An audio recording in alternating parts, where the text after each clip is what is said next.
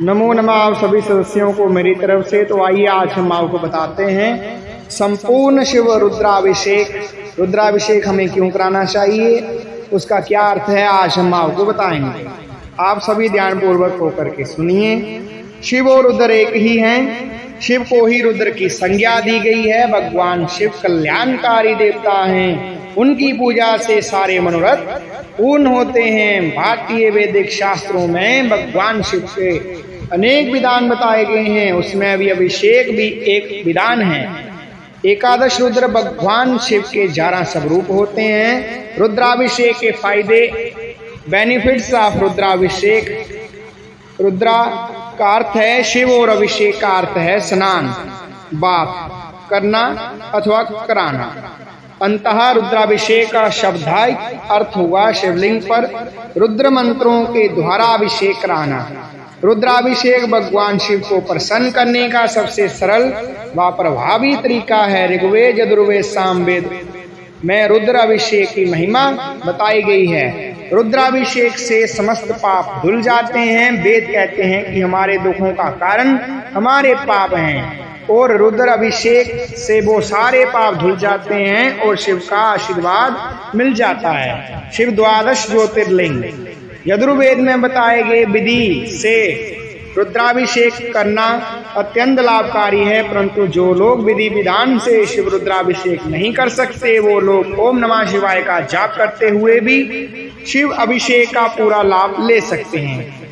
किसी वस्तु से अभिषेक का क्या फल मिलता है? रुद्राभिषेक पूजा विधि। हमारे शास्त्रों में विविध कामनाओं की पूर्ति के लिए रुद्राभिषेक के पूजन के निमित्त अनेक द्रव्यों व अनेकों पूजन सामग्रियों में बताया गया है। जैसी कामना हो और ऐसा प्रयोग करना अविष्ट हो, तदनुसार ही इनको नाम में लिखा जाता है। जल से वर्षा, कुशा आसाध्य रोग से शांति मिलती है। गन्ने का रस से धन का लाभ होता है। शहद से भी धन का लाभ होता है। घी से धन लाभ, वंश विस्तार, इत्र से रोग शांति, दूध से आरोग्य, संतान सुख, दीर्घायु, लंबी आयु प्राप्त होती है। गंगा जल से मनवांछित फल और मोक्ष मिलता है। शहद से शत्रु विजय, रोग और शांति मिलती है। शक्कर से पुत्र की प्राप्ति होती है। साधारण अभिषेक जल गंगा जल मिश्रित से किया जाता है। सोमवार प्रदोष शिवरात्रि पर दूध द्वारा अभिषेक किया जाता है। विशेष पूजा में दूध, दही, घी, शहद, चीनी को मिलाकर पंचामृत बनाकर भी अभिषेक किया जाता है। प्रदोष व्रत, कथा, मुहूर्त एवं पूजा विधि। पारस शिवलिंग, ज्योतिर्लिंग और शक्तिपीठ में कभी भी रुद्राभिषेक किया जा सकता है। पारस शिवलिंग पर अभिषेक करने से लाभ तुरंत सहस्त्रों गुना होता है। क्यों पसंद है भगवान शिव को सावन मास? साइंटिफिक रीजन बिहाइंड श्रवण मंथ। सावन में हुआ था शिव पार्वती विवाह। सावन के माह में शिव जी ने माता से विवाह किया था, इसलिए इन्हें जे महाप्रिय है। सृष्टि को बचाने के लिए किया विषपान। समुद्र मंथन के दौरान शिव जी ने सृष्टि को बचाने के लिए अपने गले में विष धारण किया था। शिव जी भगवान ने उस समय सावन का माह था। विष के कण जो थे उनके शरीर का तापमान बढ़ने लगा। देवताओं और दैत्यों ने उन पर शीतल जल डालकर उस ताप को शांत किया। इससे लोक कल्याण के लिए विष पीने वाले शिव को शीतलता मिलती है। इसलिए सावन के माह में शिव का अभिषेक करने वालों को सहस्त्रों गुना लाभ मिलता है। मासिक शिवरात्रि, कथा, मुहूर्त एवं पूजा विधि। शिव सावन में गए थे ससुराल। मान्यता अनुसार एक बार महादेव सावन मास में अपने ससुराल गए थे, जहां उनका अभिषेक और सेवा सत्कार किया गया, जिस कारण उन्हें जे महा अति प्रिय है। शिव भक्त कवड़ यात्रा गंगाजल में अभिषेक करने से बाबा शीघ्र प्रसन्न होते हैं। इसलिए पश्चिम उत्तर प्रदेश, दिल्ली व इसके आसपास के लोग सावन माह में कावड़ लेने आते हैं और जाते हैं और शिवलिंग का अभिषेक कर महादेव जी को आशीष पाते हैं। जानिए शिवलिंग का रहस्य। रुद्राष्टाध्यायी क्या है? What is Rudrashtadhyayi?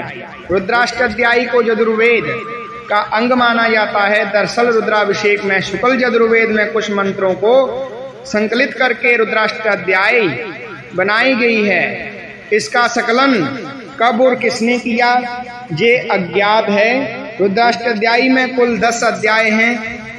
क्योंकि इसके 8 अध्यायों में भगवान शिव की महिमा, उनकी कृपा शक्ति का वर्णन किया गया है, इसलिए इसका नाम रुद्राष्टाध्यायी रखा गया, जो रुद्री पंडित गण पढ़ते हैं। शेष 2 अध्याय को शांताध्याय और स्वस्ति प्रार्थना अध्याय के नाम से जाना जाता है। रुद्राभिषेक के प्रकार, टाइप्स ऑफ रुद्राभिषेक। रुद्राभिषेक मुख्यतः 5 प्रकार के होते हैं। रूपक रुद्र, लघु रुद्र, महारुद्र, अतिरुद्र। ये अनुष्ठान पाठमकता, अभिषेक तथा हवन का 3 प्रकार के किए जा सकते हैं। इसलिए उत्तर रुद्र के भी प्रत्येक 3 प्रकार के होते हैं। जपार्थ रुद्र, होमार्थ रुद्र, अभिषेक कार्थ रुद्र। रूपक रुद्री, लघु रुद्री, महारुद्री, अति रुद्री कैसे करते हैं। रूपक का षटांग पूरे 10 अध्यायों को एक समाने आवृत्ति रूप जहाँ पठांग पाठ कहलाता है। रुद्र के श्रेयंग होने के कारण इसका पूरा पाठ षटांग पाठ कहलाता है। रुद्री पाठ साधारणतः एक ब्राह्मण द्वारा 11 बार, नमस्ते 16 बार, 66 मंत्रात्मक पाठ द्वारा किए जाने वाले अभिषेक केवल रुद्र जहाँ रुद्री पाठ कहलाता है। लघु रुद्र एकादशनी रुद्र की 11 आवृत्तियों पाठ को लघु रुद्र पाठ कहा जाता है। जे लघु रुद्र अनुष्ठान एक दिन में 11 ब्राह्मण करके, जहाँ एक ब्राह्मण द्वारा अथवा स्वयं लगातार 11 दिनों तक एकादशनी पाठ नित्य करने से संपन्न होता है।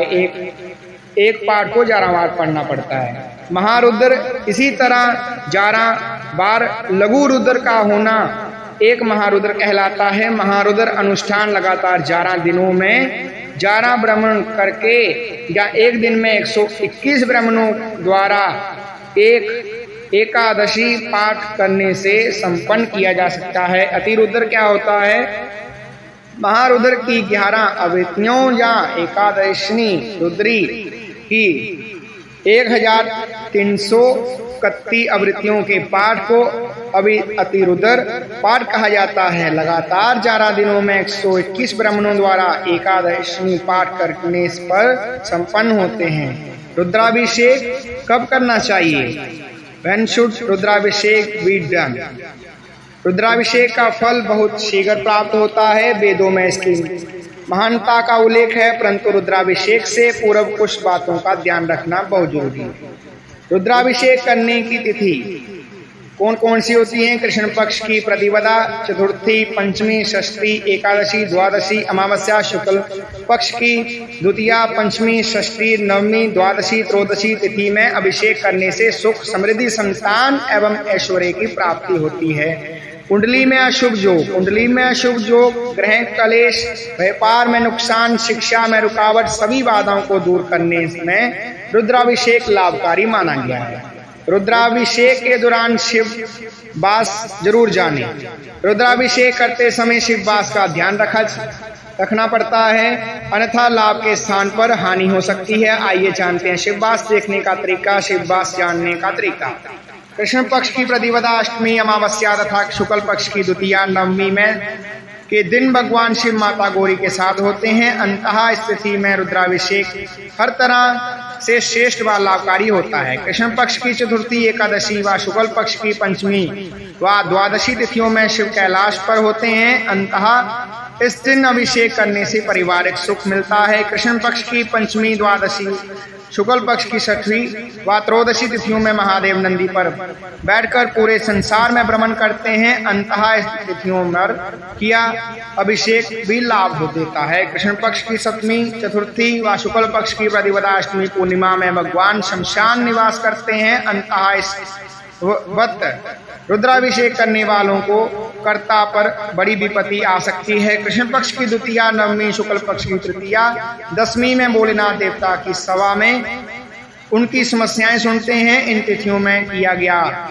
अभिषेक संताप व दुख देता है। कृष्ण पक्ष की तृतीया, दशमी और शुक्ल पक्ष की चतुर्थी एकादशी में शिव माता गौरी के साथ एकांत में रहते हैं। अंततः इस समय किया गया अभिषेक संतान को कष्ट देता है। कृष्ण पक्ष की षष्ठी, त्रयोदशी, शुक्ला पक्ष की सप्तमी व चतुर्दशी में रुद्रदेव भोजन करते हैं। इस समय किया गया अभिषेक कष्ट देता है। विशेष ज्योतिर्लिंग शक्तिपीठ शिवरात्रि, प्रदोष, श्रावण के सोमवार में किया अभिषेक बिना विस्तार के किया जा सकता है। संपूर्ण रुद्राष्टयाई जो आज हमने आपको बताई है, आप सभी ऐसे करें। भगवान शिव आपको सभी मनोरथ पूर्ण करें। आप सभी खुश रहें, स्वस्थ रहें, व्यस्त रहें, मस्त रहें, ऐसी हम मनोकामना करते हैं।